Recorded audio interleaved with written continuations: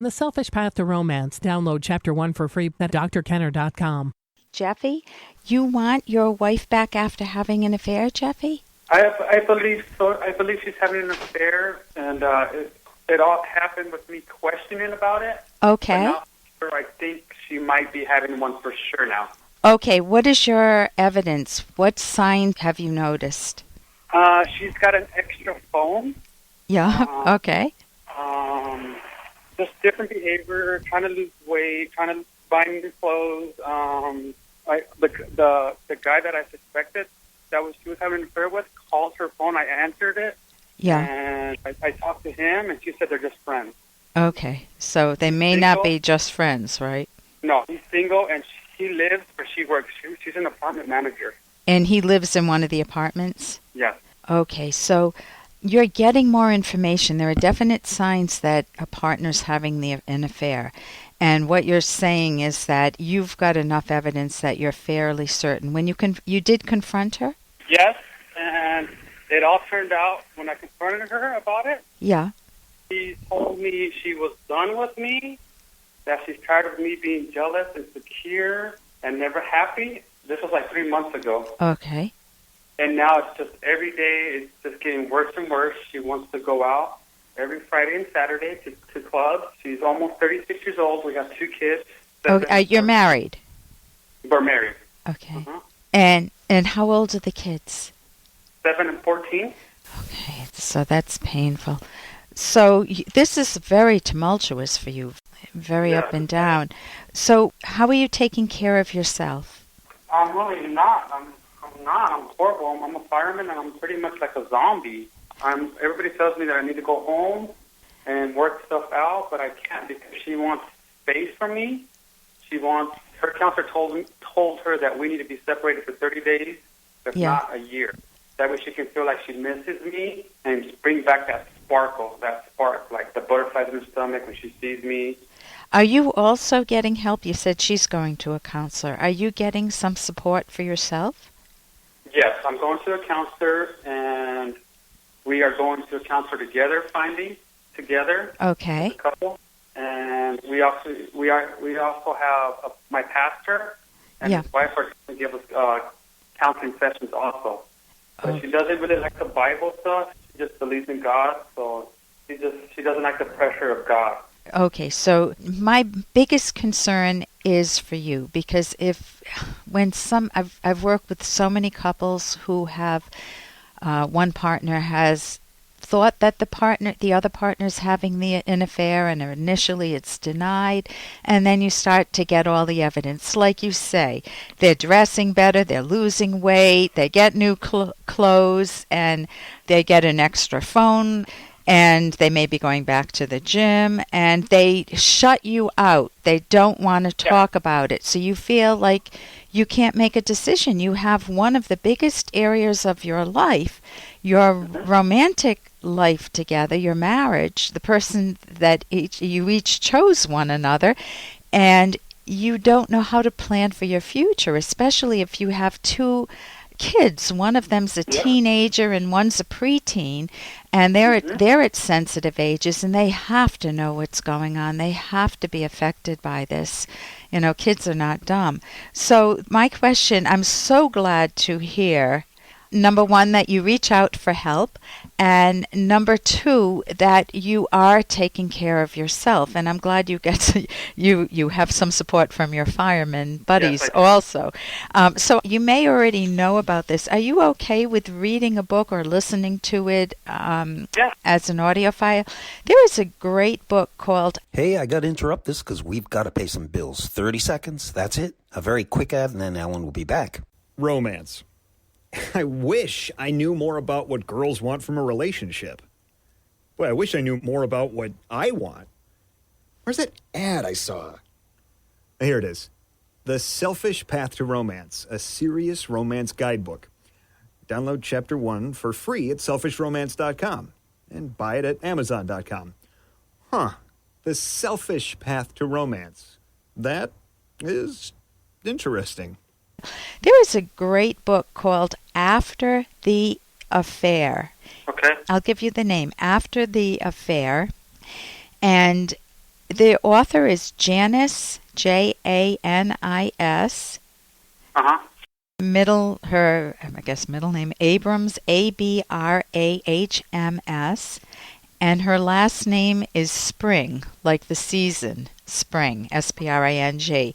And it says the subtitle is Healing. You don't have to write this down because you'll be able to get the book without the subtitle. But I'm going to read it because I think it's very informative of helping you decide what direction you want to go in. It's Healing the Pain and Rebuilding Trust When a Partner Has Been Unfaithful. And what I found is that when couples have, or especially you're considered the hurt partner. You know, she's the one who is having the affair, the unfaithful one. You're the hurt partner. Now, that doesn't mean that there weren't problems in the marriage, like any marriage, that you needed to work on in advance, and you can both own responsibility for that. But when communication shuts down, that's a problem. So when the hurt partner reads this book, it gives you an opportunity not to beg her to come back, but to decide whether she is good for your long-range happiness. It puts you more in the driver's seat, and it empathizes tremendously with the pain you're going through. Yes, a lot of pain. Because not so much discovering an affair with the person who you chose a partnership with, to be betrayed by that person. You know, not having them come out and honestly say, listen, the relationship's not working out, let's get a divorce. Or, you know, at least if they honestly address it, it's very painful, but at least it's up front. But to have to sneak around and smell an affair makes you feel like your whole world is tumbling away from you. Yes. And you don't know who you are. You don't know what to do with your family unit. You know, there's a lot that's going on. So one of the things I can suggest, I also wrote a book, and in the appendix, the very last section, I have a section in it that's how to part ways and start over if you cease being soulmates. I really recommend reading that part. I wrote the book with Dr. Ed Locke, and the title is The Selfish Path to Romance. You can check that out.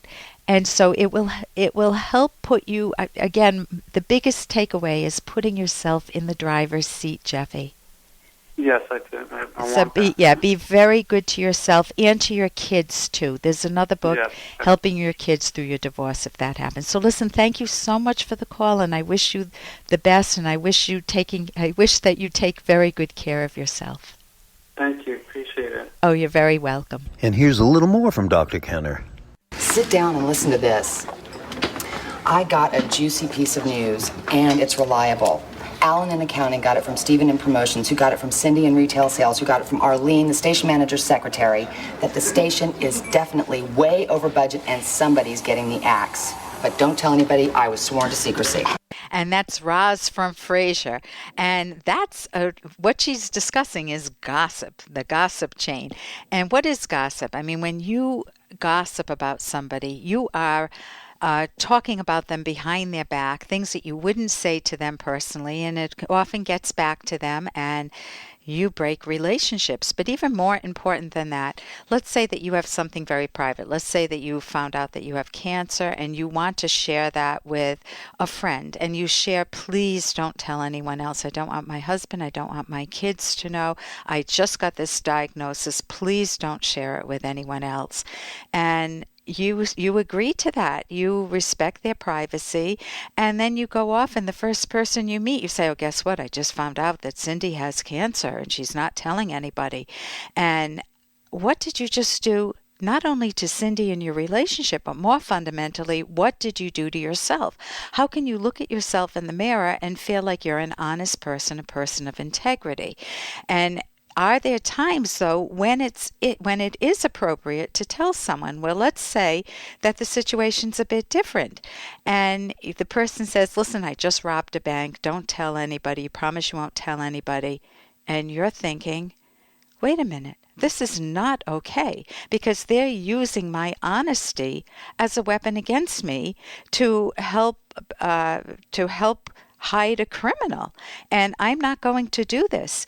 And so in that case, if somebody tells you to keep a promise and it's something you can't keep, you either tell them right off, this is not a promise I can keep, or you don't overpromise in advance. For more Dr. Kenner podcast, go to drkenner.com and please listen to this ad. Here's an excerpt from The Selfish Path to Romance, the Serious Romance Guidebook by clinical psychologist Dr. Ellen Kenner. Love is neither sacrifice nor exploitation. It's a relationship in which both parties are happy because they both get the rational things they want. You may be thinking, okay, fine, but it's impossible for both partners to be happy if each one does every single thing he or she wants all the time. Well, that depends upon what you mean by every single thing. For example, one should properly eliminate bad habits, such as being chronically late, failing to shower regularly, leaving smelly clothing and mold-covered dishes scattered about, living for booze, etc. Why? Because these are not rational values. People cannot rationally want to be irresponsible or a slob. Just try imagining the romantic lives of those who don't value themselves